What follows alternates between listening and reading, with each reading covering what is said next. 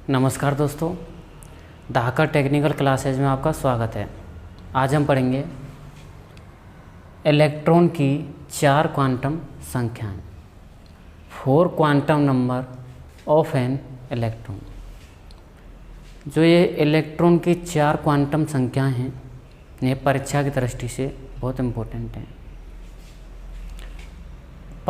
किसी परमाणु में एक इलेक्ट्रॉन की स्थिति को पूर्णतया प्रदर्शित करने के लिए 4 क्वांटम संख्याएं प्रयोग की जाती हैं। यानी कि जो हमारा इलेक्ट्रॉन होता है उसकी जो स्थिति है और उस स्थिति को प्रदर्शित किया जाता है, और उस स्थिति को प्रदर्शित करने के लिए ये 4 क्वांटम संख्याएं प्रयोग की जाती हैं। पहली क्वांटम संख्या है हमारी प्रिंसिपल क्वांटम नंबर, जिसे स्मॉल n द्वारा लिखते हैं। इसमें देखिए, इसमें क्या होता है, इस क्वांटम संख्या यानी कि n द्वारा, इस क्वांटम संख्या द्वारा इलेक्ट्रॉन के ऑर्बिट का आकार तथा ऊर्जा निर्धारित होती है। यानी कि प्रिंसिपल क्वांटम नंबर जो है, यह इलेक्ट्रॉन के ऑर्बिट का आकार तथा ऊर्जा निर्धारित करता है। ठीक है दोस्तों, ऑर्बिट का आकार तथा ऊर्जा निर्धारित होती है किसके द्वारा? प्रिंसिपल क्वांटम नंबर के द्वारा। इसका मान, किसका मान? प्रिंसिपल क्वांटम नंबर यानी स्मॉल n का मान 1, 2, 3 यानी 1 से अनंत तक होता है।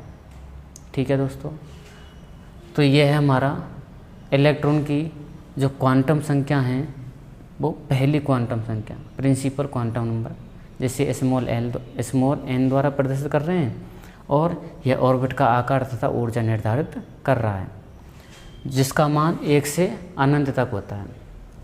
अगला है हमारा ऑर्बिटल और एजीमुथल क्वांटम नंबर, जिसे स्मॉल l द्वारा कर रहे हैं।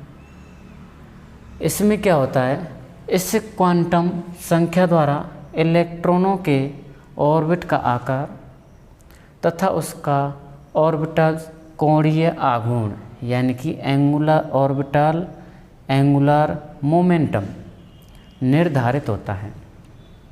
ठीक है दोस्तों, यानी कि जो azimuthal quantum number small l है, उसके द्वारा इलेक्ट्रॉन के ऑर्बिट का आकार और इसके साथ साथ ऑर्बिटल कोणीय आघूर्ण यानी कि ऑर्बिटल एंगुलर मोमेंटम ये निर्धारित होता है। प्रश्न में आ जाए कि ऑर्बिटल एंगुलर मोमेंटम यानी कि ऑर्बिटल कोणीय आघूर्ण किस क्वांटम नंबर के द्वारा निर्धारित होता है, तो उसका आंसर होगा एजीम्यूथल क्वांटम नंबर, या अगर आ जाए इसमें स्मॉल l लिखा हुआ तो ये हो जाएगा। ठीक है दोस्तों, यह केवल उपकक्षों को प्रदर्शित करता है। इसका मान निम्न इस प्रकार होता है, 0 से n-1 तक, 0, 1, 2, 3, 4, 5 इस प्रकार से चलता जाएगा, और n-1 तक। n का मतलब है प्रिंसिपल क्वांटम नंबर, जो कि ये स्मॉल है, यानी कि प्रिंसिपल क्वांटम नंबर से एक कम। यहाँ पर भी ये 1 से स्टार्ट हो रहा है, जबकि यहाँ 0 से स्टार्ट हो रहा है, यानी कि 1 से स्टार्ट हो रहा है, इसका भी एक कम 0 हो जाता है। तो प्रिंसिपल क्वांटम नंबर 0 से अनंत, 1 से अनंत तक होगा, जबकि एजीम्यूथल क्वांटम नंबर 0 से n से n-1 तक हो जाएगा। ठीक है दोस्तों, ये हमारे इलेक्ट्रॉन की 4 क्वांटम संख्या हैं, जिसमें से हमने 2 पढ़ ली हैं। तो दोस्तों, अगली क्वांटम संख्या है तीसरी टोटल एंगुलर क्वांटम नंबर, जिसे स्मॉल j से लिख रहे हैं। इस संख्या द्वारा इलेक्ट्रॉन की संपूर्ण कोणीय आघूर्ण, जिसे टोटल एंगुलर मोमेंटम कहते हैं, वह निर्धारित होता है। यानी कि टोटल एंगुलर क्वांटम नंबर द्वारा टोटल एंगुलर मोमेंटम निर्धारित होता है। इसकी केवल 2 संभव अवस्थाएं हो सकती हैं, यानी कि J बराबर L ± S। ये जो है, ये है टोटल एंगुलर क्वांटम नंबर। प्रश्न आएगा कि जो कोणीय आघूर्ण है इन टोटल एंगुलर मोमेंटम है निम्न में से किसके द्वारा निर्धारित होता है? तो आंसर होगा टोटल एंगुलर क्वांटम नंबर द्वारा। अगला है मैग्नेटिक क्वांटम नंबर, जिसे स्मॉल एम जे से लिख रहे हैं। यह इलेक्ट्रॉन के संपूर्ण कोणीय आघूर्ण टोटल एंगुलर मोमेंटम के स्पेस क्वांटाइजेशन ज्ञात होता है, यानी कि टोटल एंगुलर जो मोमेंटम है उसका स्पेस क्वांटाइजेशन से ज्ञात होता है। लेकिन अगर हम चारों क्वांटम संख्याओं को देखें, जो अभी हमने चारों क्वांटम संख्याएं पढ़ी हैं, ये चारों क्वांटम संख्याएं केवल ऊर्जा स्तर, यानी कि जिसे हम कहते हैं एनर्जी लेवल, जो परमाणु का जो एनर्जी लेवल है उससे प्रदर्शित करती हैं। ठीक है दोस्तों, तो जो चारों क्वांटम संख्याएं हैं ये परमाणु का एनर्जी लेवल प्रदर्शित करेंगे। आगे पढ़ेंगे हम एटॉमिक बॉन्ड।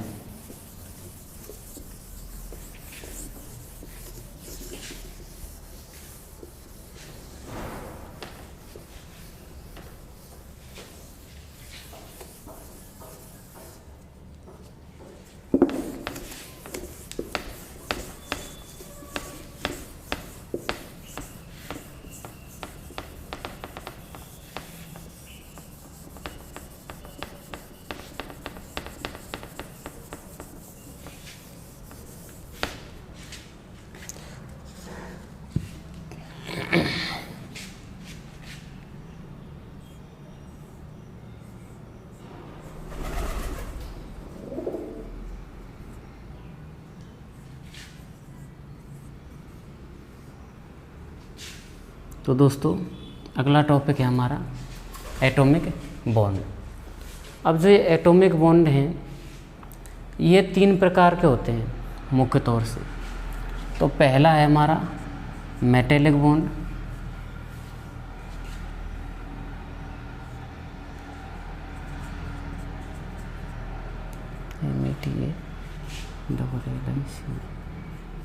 Metallic bond. दूसरा होता है हमारे पास कोआयनिक बॉन्ड,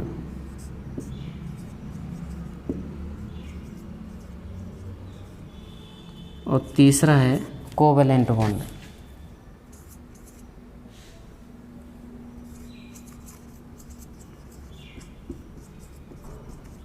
तो दोस्तों ये 3 प्रकार के बॉन्ड हैं।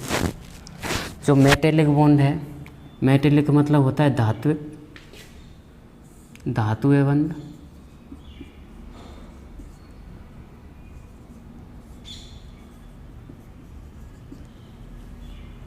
जो ये है आयनिक,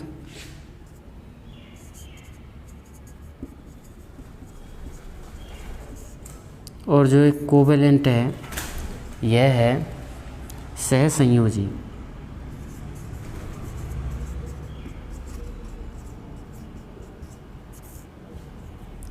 धात्विक, आयनिक और सहसंयोजी दोस्तों। तो ये 3 प्रकार के बॉन्ड हैं। अब जो मेटेलिक बॉन्ड है यह मेटल टू मेटल में होता है।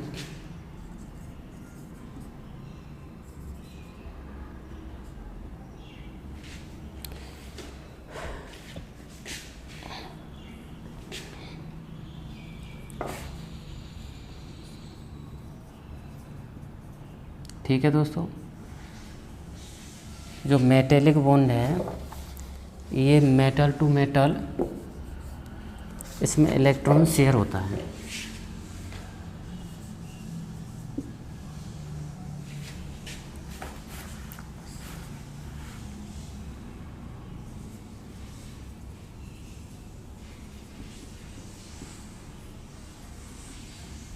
ये है एटॉमिक बॉन्ड पढ़ रहे हैं।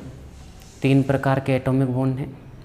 पहला है मेटेलिक बॉन्ड, दूसरा आयनिक बॉन्ड, तीसरा है कोवेलेंट बॉन्ड। जो ये मेटेलिक बॉन्ड है ये मेटल टू मेटल होता है, यानी धातु से धातु में। अब धातु से धातु में इसके अंदर इलेक्ट्रॉन शेयर होता है। एक होता है इलेक्ट्रॉन शेयर एक होता है इलेक्ट्रॉन ट्रांसफ़र। तो अगर मेटेलिक बॉन्ड की बात करें तो मेटेलिक बॉन्ड के अंतर्गत धातु से धातु में इलेक्ट्रॉन होता है शेयर। इसके जो उदाहरण हैं, अब ये कोई मेटेलिक बॉन्ड है तो धातु ही तो आएगी, जैसे तांबा, aluminium,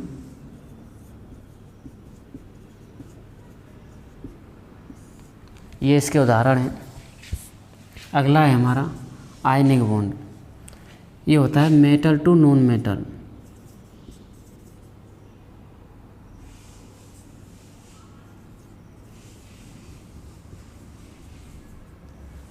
metal to non metal, इसके अंतर्गत इलेक्ट्रॉन ट्रांसफ़र होते हैं।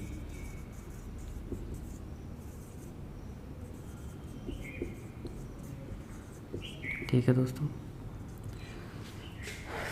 Metal to metal electron transfer होते हैं आयनिक बॉन्ड में। आयनिक बॉन्ड के उदाहरण हैं सोडियम क्लोराइड, पोटेशियम क्लोराइड। उदाहरण सोडियम क्लोराइड,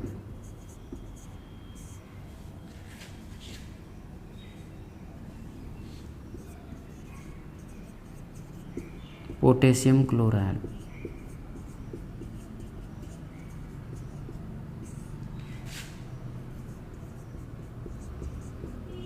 ये आयनिक बॉन्ड के उदाहरण हैं। Sodium chloride, potassium chloride, lithium chloride ionic bond के हो जाएंगे। अब जो हमारा कोवेलेंट बॉन्ड है यानी कि सहसंयोजी बंध, ये होता है non metal to non metal.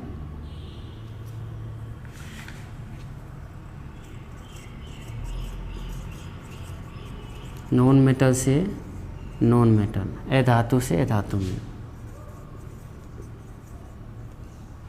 और अधातु से अधातु में इलेक्ट्रॉन शेयर होता है।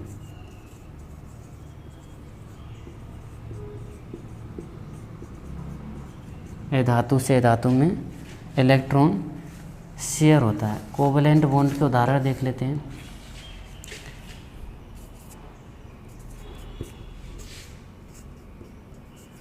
Nitrogen, carbon, germanium,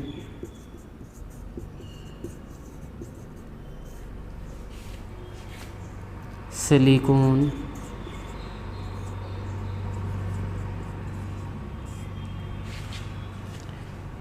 sulphur dioxide,